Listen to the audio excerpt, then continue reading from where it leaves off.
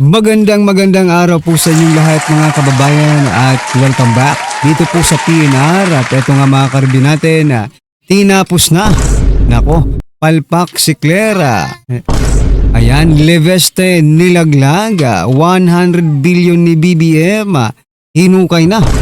Nako yan mga kababayan ang aalamin po natin ngayong araw na ito.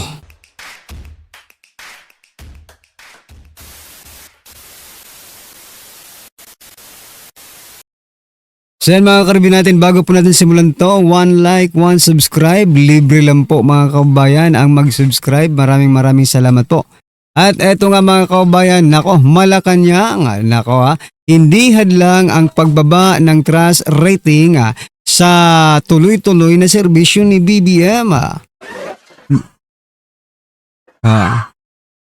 Parang walang sense Parang walang sense yung sinasabi dito ni Castro na hindi hadlang ang pagbaba ng trust rating ng tuloy-tuloy na pagserbisyo ni PBBM. Okay? You know what, Castro, kung epektibo ang sinasabi mong tuloy-tuloy na pagsiserbisyo ni President Bongbong Marcos Jr., hindi sana magkakaroon ng negative trust rating. Di ba?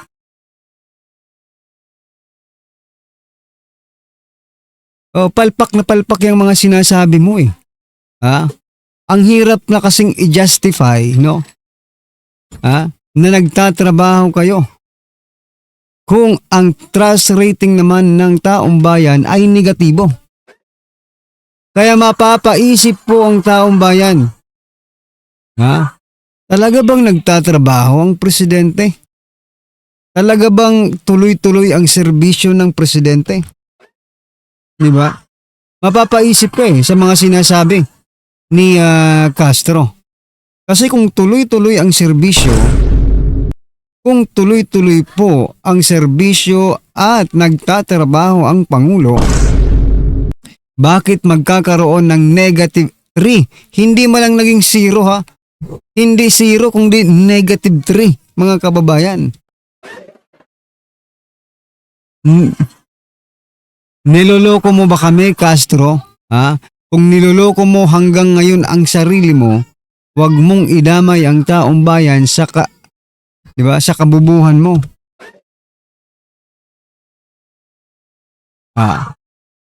Diba? Ito pa mga kabayan, pasadahan din po natin to kasi eto napaghahalataan na talaga natin itong mga politiko Negative 3 na po ang trust ratings ni President Bongbong Marcos Jr. Pero hanggang ngayon, si BP Sara pa rin ang gustong-gusto nilang ma-impeach. No?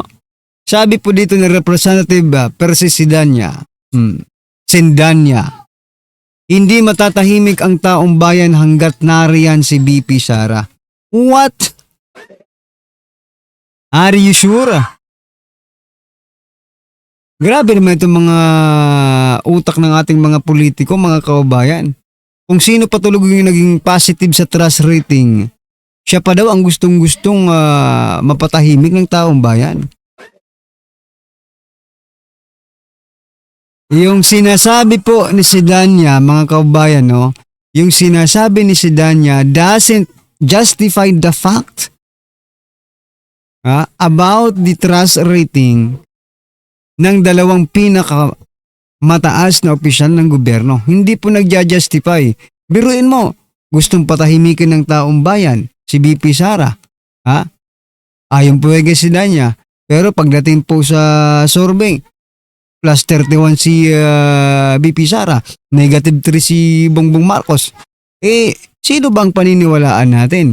Ito bang singiwi, Sindanya? Or yung survey? Or kahit hindi na yung survey, yung sarili mo na lang ang tanungin mo, tama pa ba itong sinasabi nila? Ba? Wag po, eto sinasabi ko sa inyong lahat wag po kayong maniwala sa lahat ng sinasabi ko. Wag po kayong maniwala sa sinasabi ng ibang vlogger. No? Kasi tayo naman po ay may kanya-kanyang pag-iisip, pagdidesisyon sa buhay.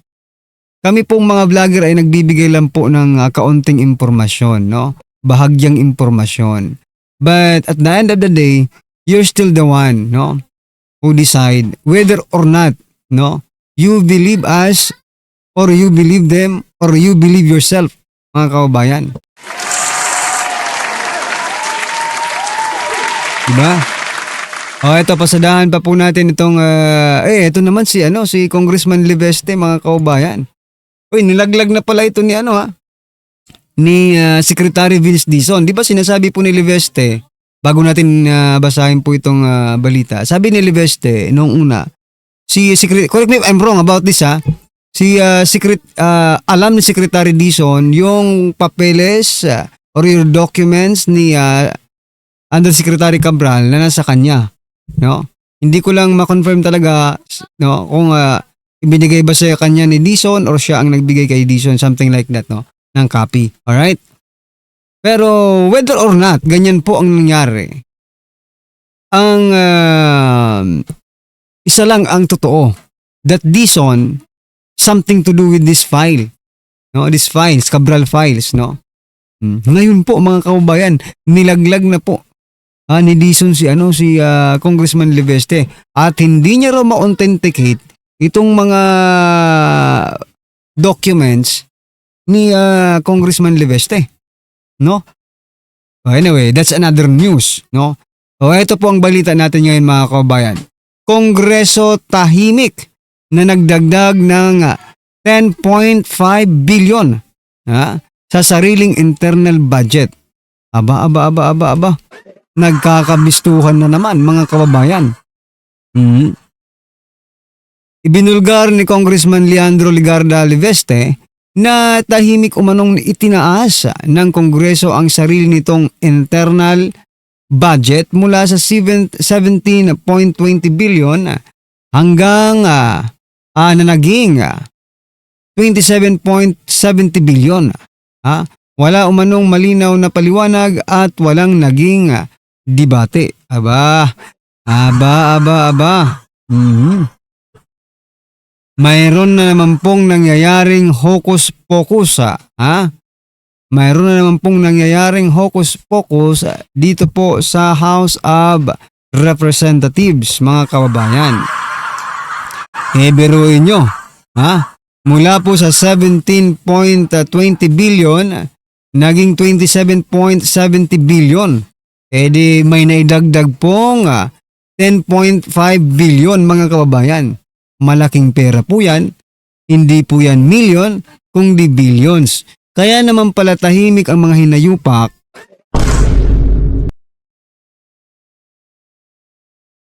Na yan, mga kababayan, kasi billions na naman ang pinag-uusapan. Pero kung millions lang po yan at Duterte ang nasasangkot, kahit 5 lang yan, kahit 100 pesos lang yan, kahit piso lang yan, as long as Duterte ang involved, ay nako, magtatahulan po ang mga hinayupak na yan, mga kababayan, no? Ano po ang masasabi niyo dyan, mga karibin natin? I-comment nyo na lang. At eto, pasadahan din po natin ang video ito na kung saan President Bongbong Marcos Jr., mga kababayan, nag-report na naman po sa taong bayan. O eto, pakinggan po natin to. Magandang araw po sa inyong lahat. Ito po ay patuloy na aking pagre-report sa taong bayan tungkol sa mga development, sa mga kaso hinggil sa mga flood control project na iskandalo. Ngayong araw, inutasan ko ang DOTR at saka yung CAAP na makipag-ugnayan sa mga kaibigan natin sa Malaysia at saka sa Singapore. Dahil ang mga pag-aari na helicopter at saka eroplano ay mukhang doon tinatago ni Saldico. At nakarehistro po ito sa kanyang kumpanya na tinatawag na Misbis Aviation and Development Corporation. Ngunit nagkaroon na ng freeze order ang AMLAC, kaya lahat ng galaw at disposisyon ng mga aircraft na ito ay lalong-lalo na ngayon ay ipinagbabawal. Dahil kailangan natin ipalaman sa lahat ng mga pugante, hindi pwedeng gamitin ang mga ari-arian na galing sa kaban ng bayan na tinakaw ninyo para tumakas o umiwas sa batas. Eto no, naaawa ko dito kay President Bongbong Marcos Jr. Oo. Totoo, mga kaubayan, naaawa po ako dito. Bakit ako naaawa, mga karibin natin? Kasi biruin mo, ginagawa niya na ang lahat, no? O, nagre-report sa bayan, nagiging engineer minsan, nagiging teacher, nagiging doktor, no? Nagiging weather forecaster. Lahat na ginawa niya na, ginampanan niya na po lahat ng kanyang makakaya, okay? Pero ganun pa rin. Imbis na tumaas yung trust rating niya, no? Imbis na tumaas, nako, patuloy na bumababa ang kanyang trust rating. Kaya nakakaawa po ang taong ito. No? Wala na kasing naniniwala sa kanila eh. Ibiruin mo, simula ng pag-upo mo bilang isang presidente hanggang ngayon, pinagsisinungalingan mo ang taong bayan. Paano magtitiwala ang taong bayan sa'yo? Diba? Mga Pilipino po tayo, no? Mga Pilipino po tayo at importante po sa atin bilang isang Pilipino ang maging tapat sa kanyang tungkulin, ang maging tapat sa kanyang mga salita. Diba? Kasi kung wala ka nun, mga kaubayan, kahit anong gawin mo, promise, kung hindi ka marunong tumupad sa iyong binitawang salita, kahit anong gawin mo, magtrabaho ka man, umiyak ka man ng dugo dyan, wala pa rin maniniwala sa'yo. Yun ang totoo, no? Kaya Mr. President, tigilan mo na yan.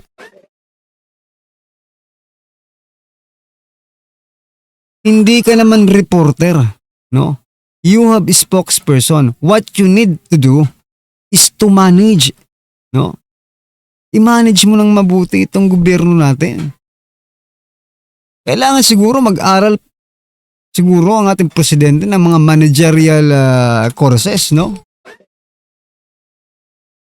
Well, anyway, may mga tao po may mga tao na kahit hindi po nag-aral, kahit walang pinag-aralan, pero magaling pong mamuno, ng kanilang mga nasasakupan.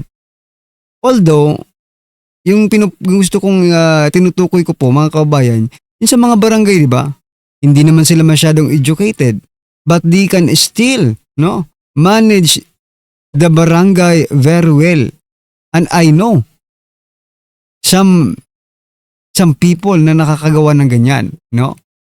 Pero, no, ay nako, anyway, magkaiba siguro ang presidente at sa mga barangay kapitan lang, pero isa lang po sila eh.